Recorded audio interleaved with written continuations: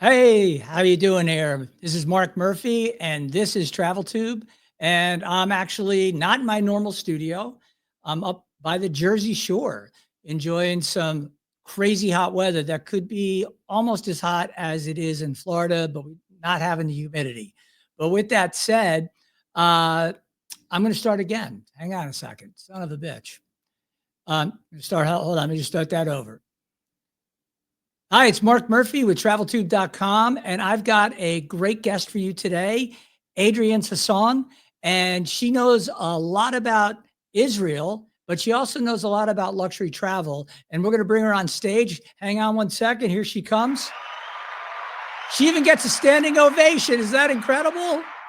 Hi, Mark. It's so good to see you again. Thank you for inviting me to hang out with you today. Yeah, awesome, awesome. I don't have my cool studio, but I think this will work as long as my mother-in-law doesn't come around here in her pajamas behind me. But I made sure there was a wall pretty close, so I've blocked them from getting too close. She has a tendency to chatter to herself, and it's not great for recordings. So we put her with the dogs, and not outside; it's too hot. But Yeah. but yeah, there's a lot going on in Israel, obviously. And, Yes. just so everybody understands, we record these. So this is probably going to run after some things have resolved themselves. However, um, it's good to see things potentially coming to a halt there and getting some normalcy back in the region. Obviously, there's been a lot going on with Israel. I know you're an expert on it. Talk a little bit about your background and your husband's background and how that's connected to Israel. So, Mark, I am married to what we call a Sabra. A Sabra in Israel means somebody who was born in Israel. His family came over, was one of the original families that came from Spain during the Spanish Inquisition and settled in Jerusalem. So he is 18th generations living in Jerusalem. That's amazing. Um, It is, and it's quite a history. We actually can follow the history. There is a book with about 5 or 6 of the original family that came over from an area called Mijas, Spain, and therefore we got part of our last name, or my mother-in-law's last name. And I went my first time when I was 19. I was supposed to stay for about 6 weeks. I got there, and the night that I landed, I said, I got to keep going. I was there for 4 months, and then ever since had gone back almost every year after we were married. Spent summers there with my children, so my children understood the culture and the language and knew their family. Mm. So I can't tell you how many years I've traveled or how many times I've spent, how much time I should say that I've spent in Israel. To me, it's my second home, and I'm so proud of that. That's awesome. That's awesome. So what's going on just outside of Israel specifically, but for luxury travel, because that's your expertise in Yeah. the region? Like is are people steering clear? And if not, why not? What are you seeing? So within travel, luxury and not luxury, the obviously travel has softened there. Um, Israeli travel is at a trickle Yep. because of the events that actually started October 7th last year. Um, so that's a little difficult, and I think with that, travel to areas like Egypt and Jordan have also softened a bit because people are just a little bit concerned what might spill over. But Egypt actually had a really good year this year. They had one of their strong, they had a, well, I shouldn't say this year, but in 2024, they had a very strong year. I believe this year it's softened, as has Jordan. Areas like Dubai still going strong, but right now um, they closed their airspace off. I think they're a little concerned about what might be coming into Dubai. Yep. Um, a number of the airlines had, before they even announced that they were dwindling back on their airspace. A lot of the airlines already said, we are going to change flight patterns and we're not going anywhere near the airspace. So I think everybody's pretty much on high alert for that region just to keep everybody safe. Right. And I think that's always the wise choice when we hear of something that possibly could get in the way of safe travel for everyone. Absolutely. And, it's interesting because like with what happened over Ukraine, and I think that was MH370, it's better to be safe than sorry. And you got to be outside of that range. So it's good to hear that the airlines are obviously taking that proactive step.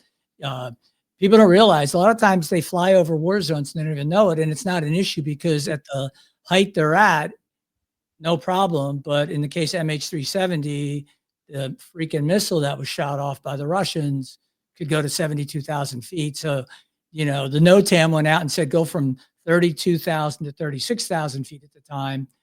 Yeah, they would have to then double it Mhm. again. So good luck with that. But, you're always happy to hear that. I mean, Israel's a fascinating country, fascinating place, very accommodating of all cultures. It's really interesting how the media will paint something and how the fools on the ground, like Queers for Palestine, it's like, hey guys, do you understand what you're talking about? Like, you're not welcome there. However, you could go to Israel and you could do a pride parade and you could do all sorts of things. And there are Arabs in the Knesset. And I mean, it's like, but how many Israelis are in the government of, let's say, Gaza? Zero. So unfortunately, we have a lot of incredibly uninformed people. And I think that that's true of a lot of what's going on in the political world today. What I don't like is when it carries over to travel. Are you seeing it carrying over to travel, like the craziness in the political landscape here in the US? Has that affected like people wanting to book places and if not, why not? Outside of war zones and the crazy stuff. Yeah. It does. I mean, it can even spill over into the the beaches of Quintana Roo, Cancun, and Yucatan, where you have a little bit of crazy action from some of the cartels, where here and there may have been an unfortunate incident coming up on the beach by a member of the cartel looking for another member, looking for somebody maybe on their territory. Um,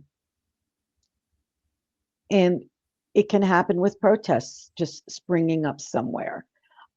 Clients of mine were on a luxury cruise. About 2 weeks ago, they were scheduled to go into Istanbul in Turkey. Announcements came over through the speakers by the captain that they were looking at the possibility of not either stopping in the port or not opening the doors of the port because there was word of a very large pro-Hamas, pro-Gaza protest. Thankfully, that quelled away. That happened the night before they docked. So they were able to continue uh, with their shore dockage. So that's a little concerning. But when I look at some things that are very random, I just look in our own backyard and I look at major cities that have very high crime rates within the last couple of years. When I'm traveling, sometimes I watch whatever it might be, Sky News, BBC News, something overseas, and I think, I don't want to come home. It's scary. Um, so I think everywhere you travel, and it's always been this way, you always need to have that third eye. You need to be safe. Yeah, it's interesting when people are like, I'm afraid to go to the Cancun because something happened on the beach or in Tulum or whatever. And you think to yourself, that's not even, a weekend in Chicago. But for whatever reason, they have a disconnect, right? And I think it's a familiarity. You're like familiar, everyone speaks your language, and you're just kind of used to it, and you never really think about it here for the most part. But then if you looked at the statistics, like El Salvador is safer than the US, right? I mean, like, who would have thought? And Yeah. I think it's mostly the media. I remember with uh, the uprising in Egypt, and Tahrir Square and what happened there. And then I went there, and in the same year, months later, and it was still tensions were really high. And the area that was affected was, this big in a Cairo, 20 million people. And it was just this one little area that was really having the issues, but nobody came. It destroyed tourism. And it's unfortunate because, when something happens, the media loves to jump on it. They love to get the sensational stuff out. No one's fact checking. If one outlet reports something, they all glom onto it. And then afterwards, when it's a nothing burger, nobody goes back and says, hey, we got to give you an update. We didn't know what the hell we were talking about. We saw CNN run something, so we just ran with it. And it never ends well for the destination. And I find it incredibly frustrating. Do you find that the luxury segment right now, with the little bit of uncertainty in the markets, do you feel that market has stayed strong through the whole year, or do you feel that it's taken a little bit of a hit as well? It's interesting because thankfully,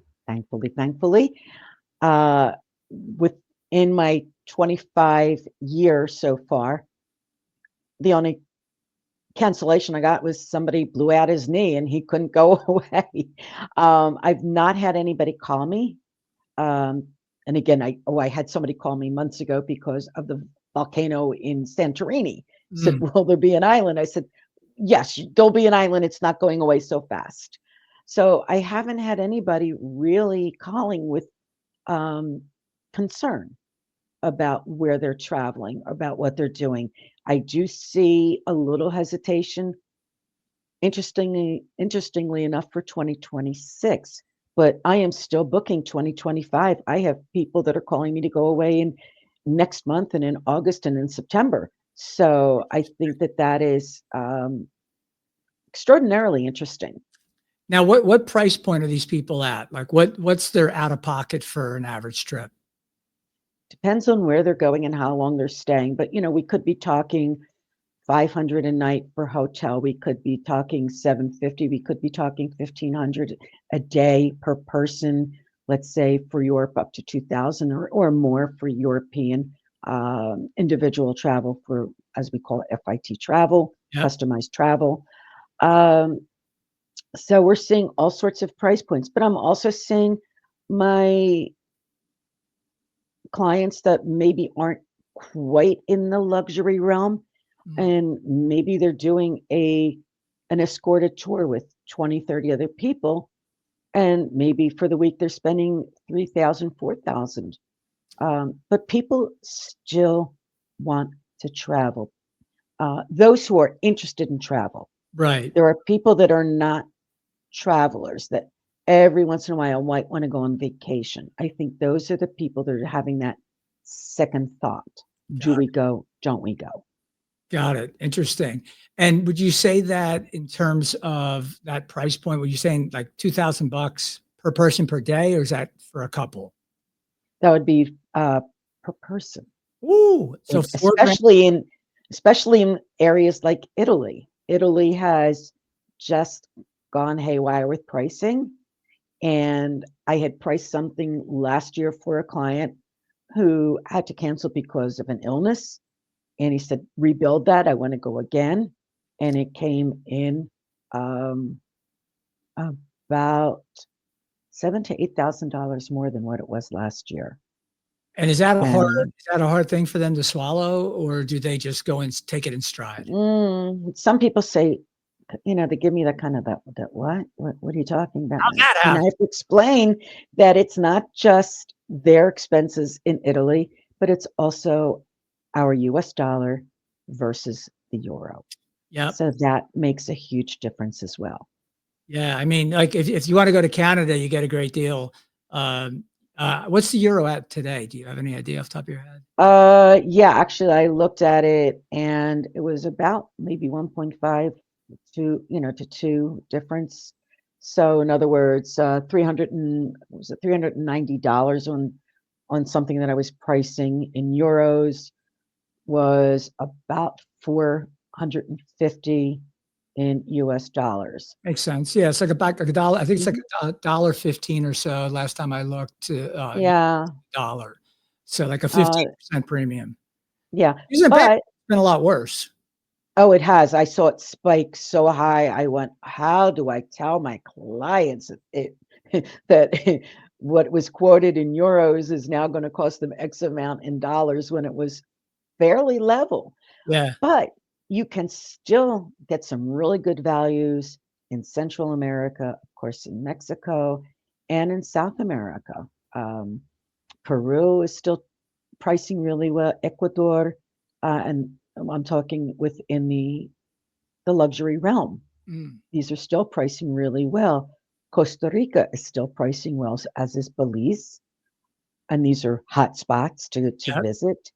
So these are pricing well. So if somebody can't afford to go to Europe, we can redirect and we can change and we can come up with other ideas that might be more affordable. Morocco prices really well as opposed to, let's say, going to Spain. Interesting. And they're right next to each other. And yeah, yeah, absolutely. And Morocco Yep. is a very interesting destination. I, for one, have Oh, not been yet, but I have. oh, Mark, shame on you. Yeah, I've only been to, I don't know, like 80 countries and, living on planes and at the end of the day, I after COVID hit, I ended up getting an RV and traveling around the country for about 10 months when my house got renovated.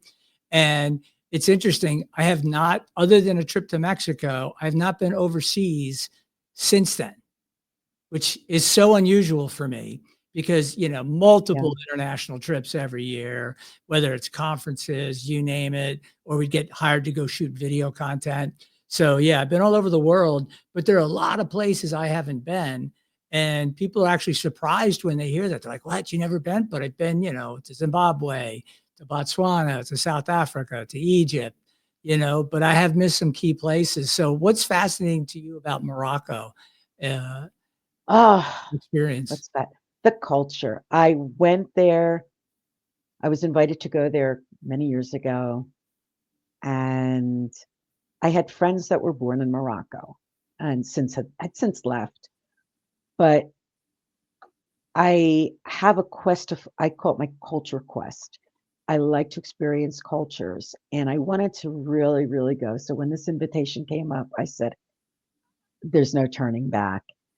And the hospitality, first of all, was magnificent. Mm.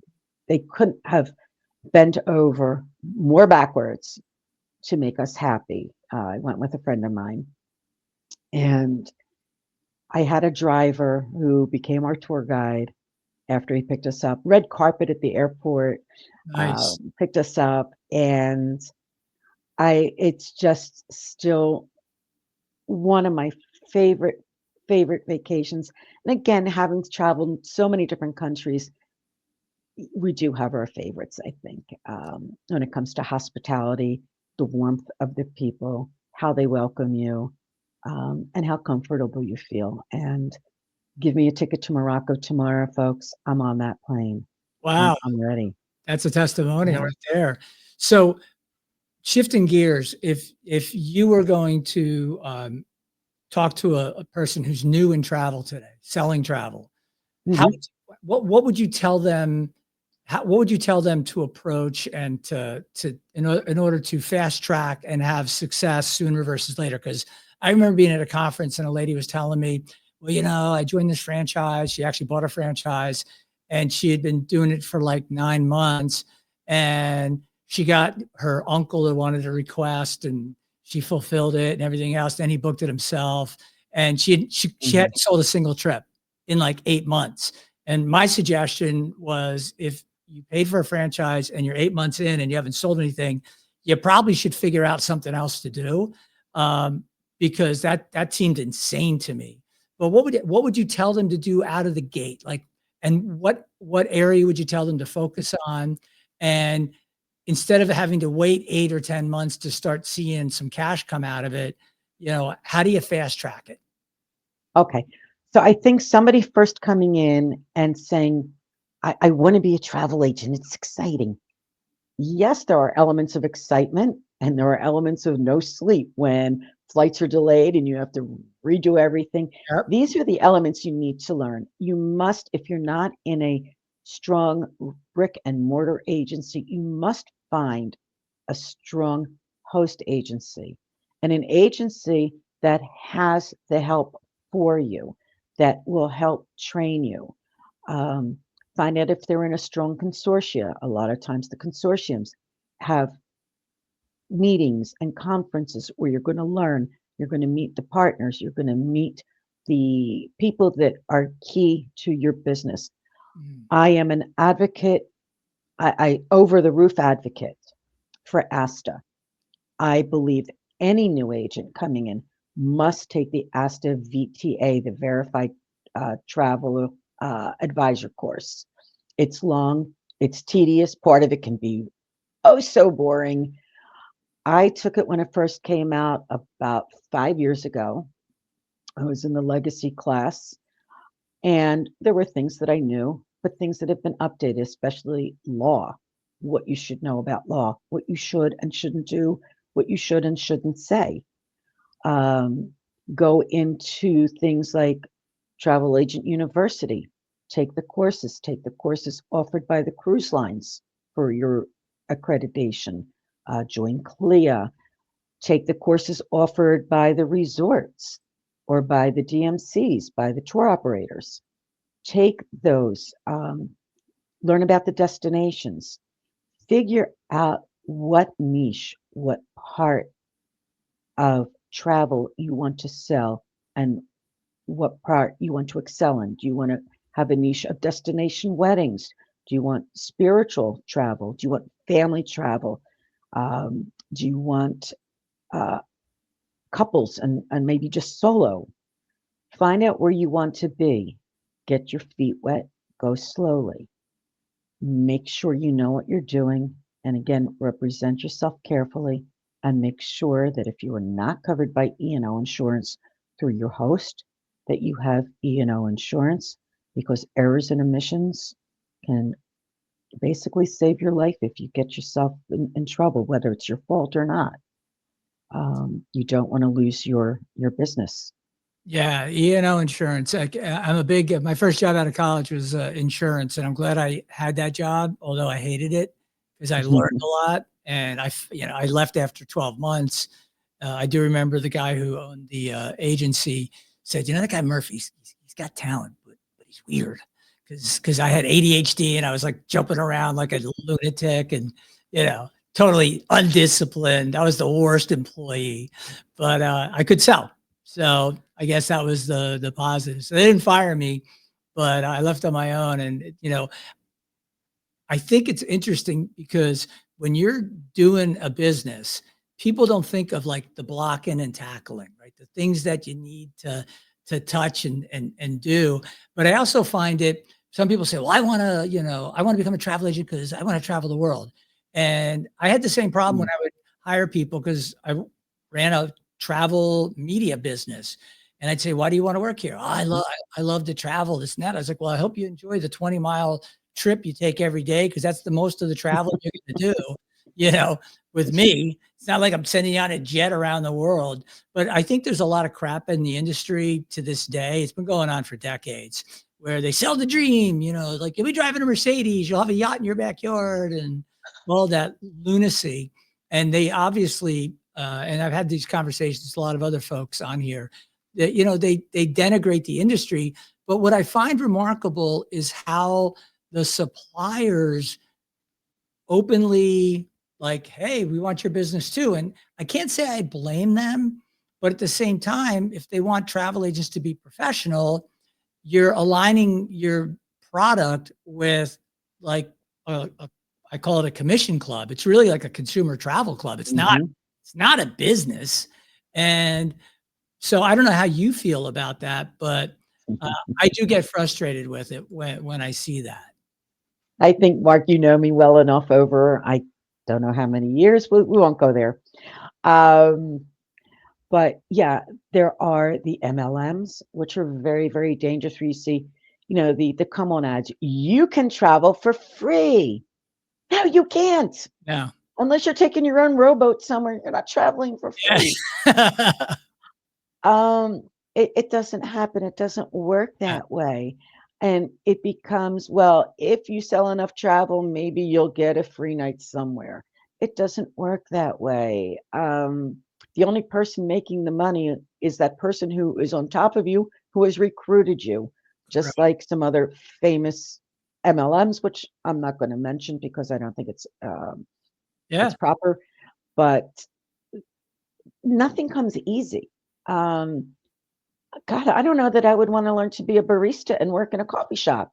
Right. I'd probably be splashing everything all over myself. That's not my niche.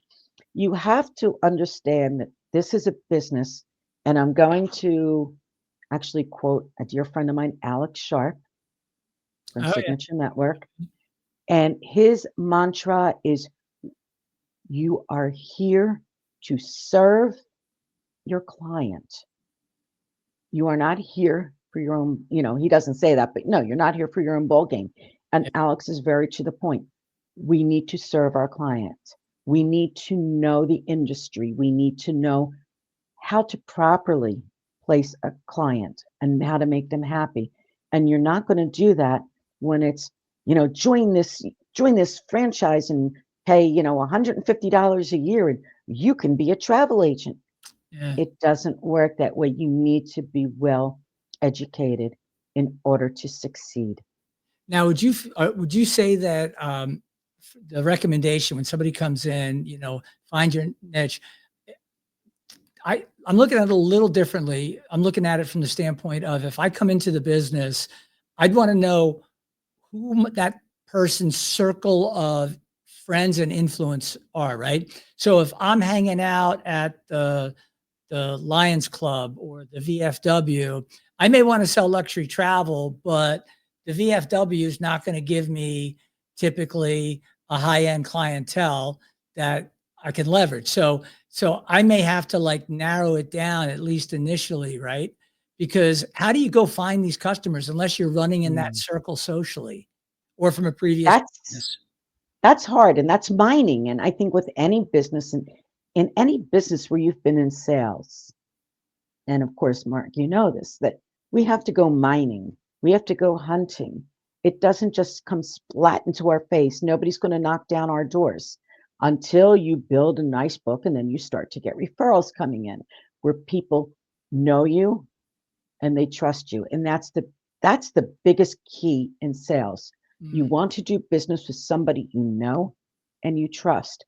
So if you're Susie Newcomer and you just go up to people and say, "Hey, I sell travel. Here's my card."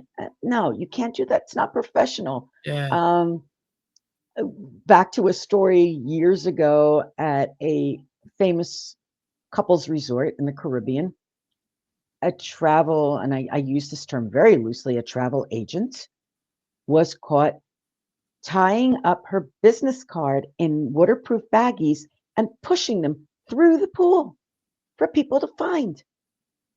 You don't do that.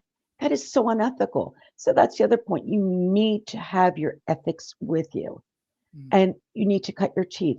You're not going to get your first sale, maybe the first month, the first 2 months, but you need to learn the trade. You need to learn where you're going to go. It might be a really good chamber of commerce. Um, Somebody at the VFW, you never know. There may be somebody in there who is a veteran, who might be sitting on a little bit of money, who might want some luxury.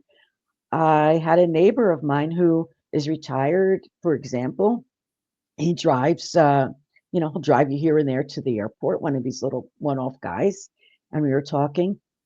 He introduced me to a client who did a very expensive high-end line river cruise. I don't want to advertise names. Again, not proper. Um, and then this gentleman said, "Well, two of my friends want to come. They want to book the same cabins." So they were all in top cabins. So you don't know where it's going to be. So never refrain from telling people what you do. Yeah. You never know where that next referral may come. And if a person doesn't have a lot of experience, but they're doing the things you talked about and they're a couple of months in, uh, should they kind of disclose that? And is is there a technique for them to kind of overcome that hurdle? Because, hey, I've only been in the business 2 months. Are you going to be here in the next 3 months when my trip goes off? Are you going to be somewhere else? You're going to burn out. It's not going to be your thing. How do I know I can trust you to be around when the trip that I just booked today, but I'm not traveling until October? You're going to be there to make sure it all goes well. Because that's what I would think in the back of my head for some of these clients, Mhm. right?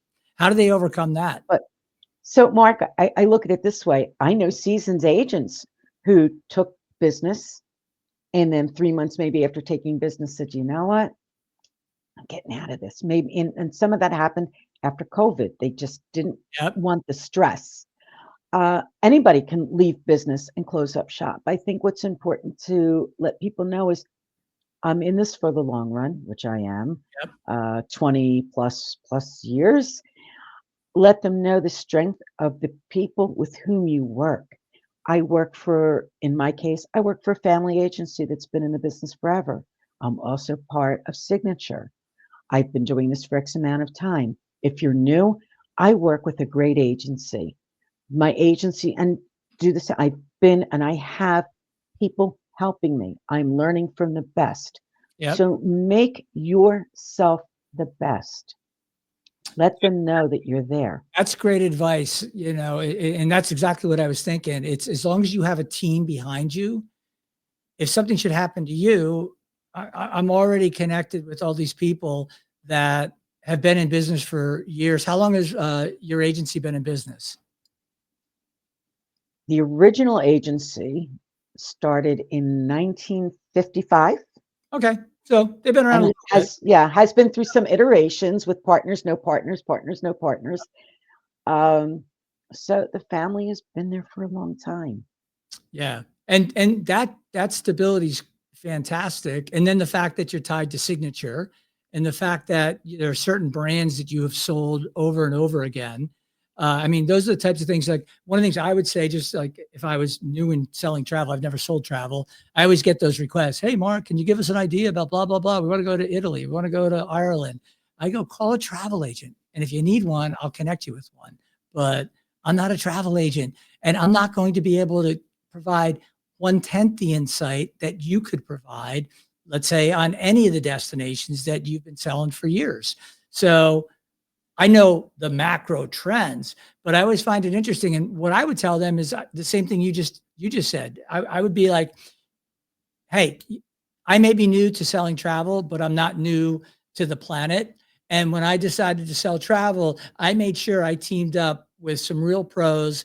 And despite the fact that I've never been to Ireland, there are 4 people that I work with who have traveled extensively. They've been there multiple times. They have sold hundreds of clients to the destination.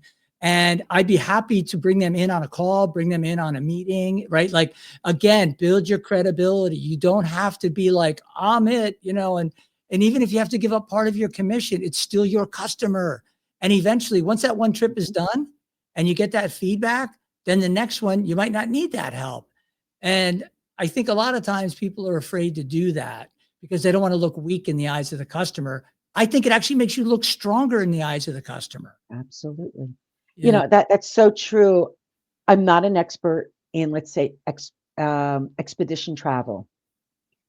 I had a very lovely client of mine call me and said, hey, we want to go to Galapagos, but we're sorting out 3 different ships. Mm.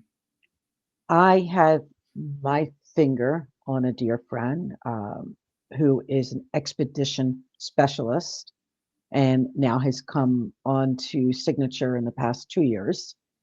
And I called him and I said, hey, I've got a client. They're juggling between, among 3 different cruise lines. I'm narrowing it down in my head to 2. He said, let's set up a call. So when you don't know a destination, Mm. you do set up that call with that third person. Come in on the call. Um, I know my Africa specialist. If somebody doesn't know Africa, they will get on the call with you, with an agent, with let's say, a new advisor. And all you do is sit there and you look pretty. I hate to say it, but you look pretty. But the potential client says, hey, they have strong partnerships and it Yes. makes you look good. Sometimes showing your weakness is not a terrible thing. No, and everybody's got to start somewhere. And at the end, you're the person that's going to be there in case things go awry. And the fact that you do have a team behind you, and you're not like off one person and account. Like, what if Jim is not around or Mary's not around? You Mhm. know, are there other people I can talk to? Is there a 24-hour hotline that I can call? What can I do to make sure that this is going to go off without a hitch? And I feel like if a travel agent is new in the business and they basically have, these are my, we'll do a little Israel. These are my 10 commandments of Yeah. supporting you on your trip. And these are the things that I bring to the table. The first couple are about me, but 80% of it is about taking care of you through my network and my company, my agency, my peers, my colleagues, whatever it happens to be. I think those are the little things that make a difference. You always hear the corny thing like some guy sends, a shoe box with a single shoe and, hey, I just want to get my foot in the door, da, da, da, da, da, right?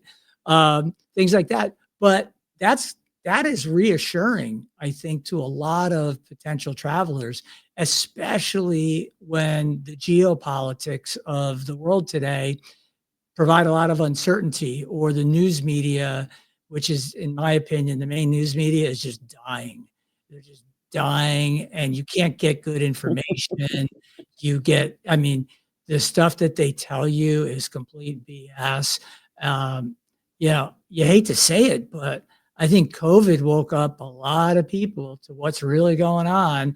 And you haven't been getting the truth on a lot of things for a lot of years. So for someone to come in and say, from a refreshing standpoint, hey, I'm not going to lie to you or bullshit you. I'm going to tell you the truth. And this is how long I've been doing it. These are my areas of expertise, but these are the people I work with.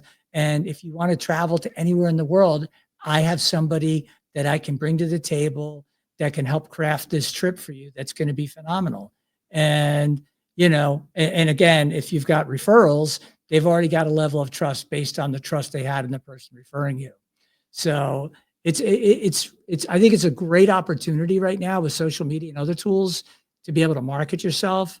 But at the same time, if I see one more travel agent posted, hey, here's a deal for a balcony on blah, blah, blah, and this sailing, it's like, no, no. How about like sell your value? Why you?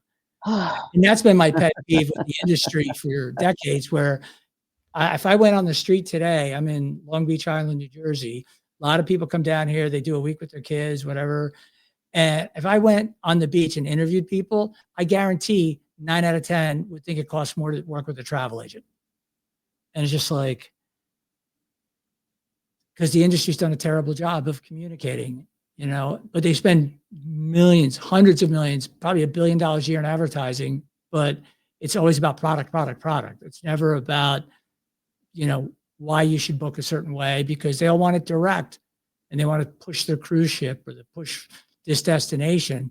So that's just me going on a little rant there, but that's been one of my pet peeves for decades. It's like, hey, Bill Maloney, when you were at ASTA, running ads in USA Today about without a travel agent, you're on your own, being delivered into hotels where business travelers are, who are primarily booked via travel agents already. That's not really great marketing.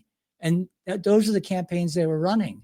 So, yeah, so it's definitely a good time to get into it. It's definitely a really good time to, I think, because of uncertainty, to be a travel agent, because you're bringing even more value to the table because of the uncertainty, and you bring a calm presence and decision making to that individual that they're not going to get on an online site or even talking to a supplier directly. So, I'm sure you agree. I'll bet if you said today, if I started selling travel, not me personally, but a person, how many years would I have to be in the game before I feel like, I'm on that referral flow? Is it a 5-year window? Like what do you really have to apply yourself full time to get to that point where the engine powers itself via the referral business? I think that depends on the personality And do you want to be an agent or do you want to be an advisor? Mm. And to me, they are two different businesses. An agent sometimes is being told by their franchise, this is the list du jour, or this is the list of the month. You need to sell this product, that product, that product, that product in order to get a higher commission or in order to bump up on our list of preferred travel agents within the franchise. When you're an advisor and you're not working for a franchise and nobody's telling you you have to sell a particular product or item, you can look at things objectively and say to a client, considering your position, considering your needs, considering your wants, and maybe even your budget, this is where you need to be, A, B, C, or Z. And you have to know. You have to know where that client is going to be comfortable. So if that client is a very high-end client, you want to make sure that you're selling them the proper product, whether it's cruise, whether it's a trip, whether it's going on an escorted tour. But again, there are different levels of escorted tours. You have to be their advocate, and that's the number one part of what you're doing. If clients see you being an advocate, being an advisor, and not just saying, ooh, let's push this one today, your referrals are going to come in faster than somebody who is towing a, let's say, a product company line. And I think that's important. And I think that's great advice. You've given a lot of great advice today, and I hope we get your husband back from Israel soon. Um, Me too. so I'll bet, and all the best that he stays safe and Thank you. everything calms down in the Middle East because the world of travel is a lot better when there are no wars and there are no tensions. And just for folks, the thing about travel, it brings cultures together. You talked about cultural travel, Oh, yeah. brings cultures together. So you realize like that Egyptian family is not so different than your family. We want to raise our kids. We want them to be educated. We want them to be successful and all of Mhm. those things. And when you take all the political crap out, most people feel that way. Most people do. And that's what I love about travel and why I've been in it for 3 decades. But on this side, where my toughest job is getting the damn supplier to support platforms like this, to understand that we're helping the industry, which is ultimately helping them and giving them a platform to actually go out and speak to agents in a long form format, as opposed to, a full page ad or, a webinar with, 87 slides, things of that nature. So this has been great, Adrian. Really appreciate it. Great reconnecting with you. And Same here, Mark. and if you see Bob and Lisa, tell them I said hello. They better be subscribers. I will have a conversation with them. All right. Till next time. You take care. Take care. Cheers. Thank you. Bye now.